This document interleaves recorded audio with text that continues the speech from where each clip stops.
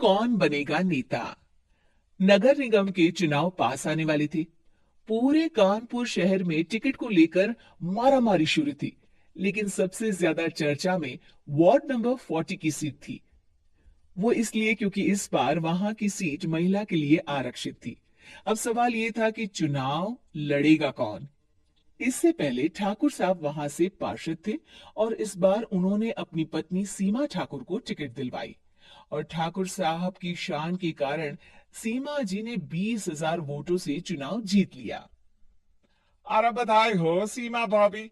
अब तो आप वार्ड की पार्षद बन गई हैं। अब तो हमारे काम आप ही करवाएंगी। अरे ये तो सिर्फ नाम की पार्षद बनी है। वो तो महिला सीट आ गई, वरना पार्षद तो मुझे ही बनना था। अब भले ही चेहरा इसका होगा, लेकिन पावर तो मेरी ही होगी। अरे वाह भाई साहब, क्या दिमाग लगाया है आपने भी। आइए आप लोग, खाना लगा दिया है सबके लिए। सीमा जी पार्षद बन चुकी थी, फिर भी उनकी एक ना चलती।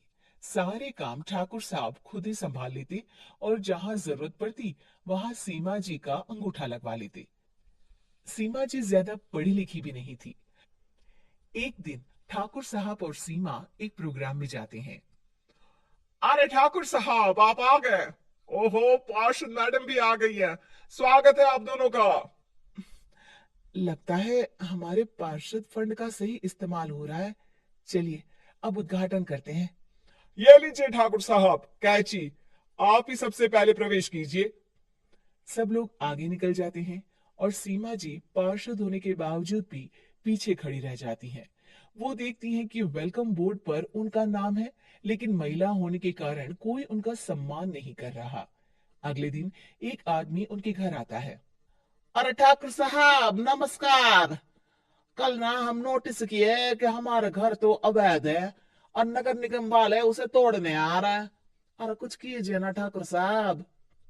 देखो भाई, मैं तो ज्यादा कुछ कर नहीं सकता, पर अगर तुम सबकी जेब गर्म कर दो तो कुछ हो सकता है।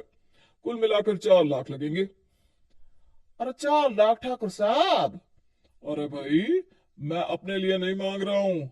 दरोगा है, इंजीनियर बाबू है, बड़े साहब है, सबको देना पड़ता है ना थोड़ा थोड़ा। बोलो है मंजूर। तभी वहां अचानक सीमा जी आ जाती हैं। अरे ये आप क्या कर रहे हैं? पहले इन्हीं लोगों से तो आपने वोट मांगे, अब इनसे ही पैसे ले रहे हो। अरे चुप रहो तुम। तुम्हारा काम है सिर्फ अंगूठा लगाना। तुम वही किया करो। मुझे दूसरे काम तुम मत सिखाओ, समझी। और तुम ना जाओ, अब पैसे लेकर आओ, वरना जेसीबी किसी भी वक्त आती होगी। सब कुछ ऐसे ही चलते रहता है। एक दिन सीमा जी और ठाकुर साहब को एक लोकल मीटिंग में बुलाया जाता है। वहां पर कई और अधिकारी लोग भी मौजूद रहते हैं। अब मैं चाहूंगा कि ठाकुर साहब हमारे बीच 2 शब्द कहें।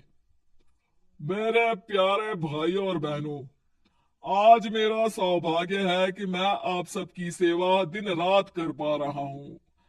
आपने मेरी पत्नी को भारी मतों से जिताया है, इसलिए मैं आप सभी का शुक्रगुजार हूं। मैं आप सबसे वादा करता हूं कि हमेशा की तरह हमारे वार्ड में किसी को कोई तकलीफ नहीं आने दूंगा। सभी लोग तालियां बजाने लगते हैं। अब मैं माननीय पार्षद मैडम को स्टेज पे बुलाना चाहूंगा। अपने नाम को बुलाया सुनकर सीमा जी एकदम चौंक जाती है। उन्हें बिल्कुल उम्मीद नहीं थी कि इतनी बड़ी जगह उन्हें मंच पर बुलाया जाएगा। जैसे तैसे वो मंच पर चढ़ती हैं। ऊपर जाती ही सीमा जी को सारी पुरानी बातें याद आ जाती हैं कि किस तरह उनके पति उन्हें कभी भी आगे बढ़ने नहीं देते और उनके नाम से गलत काम करते हैं। वो बोलने लगती हैं। मैं आपके वार्ड की पार्षद सीमा हूं। आप में से बहुत कम लोग ही मुझे जानते होंगे, क्योंकि इससे पहले मुझे कभी ऐसा मौका ही नहीं मिला।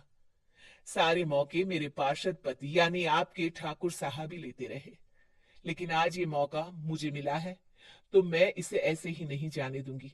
मैं आपको ये बताना चाहती हूँ कि आपके ठाकुर साहब मेरे नाम की आड़ में गैर कानूनी काम करते हैं, जिस पर अंगूठों के निशान मेरे होते थे। इसीलिए मैं अपनी गलती मानती हूँ और आज अपने पद से इस्तीफा देती हूँ, ताकि आगे से कोई गलत काम ना हो पाए। अब फैसला आप सबके हाथ में है कि आप हमें क्या सजा देना चाहते हैं। सीमा जी की बातें सुनकर ठाकुर साहब के चेहरे का रंग उड़ जाता है और वो शर्म से मुंह नीचा करके वहां से चले जाते हैं और पद से इस्तीफा देकर ही सही सीमा जी अपने आप में आत्मविश्वास महसूस करती हैं।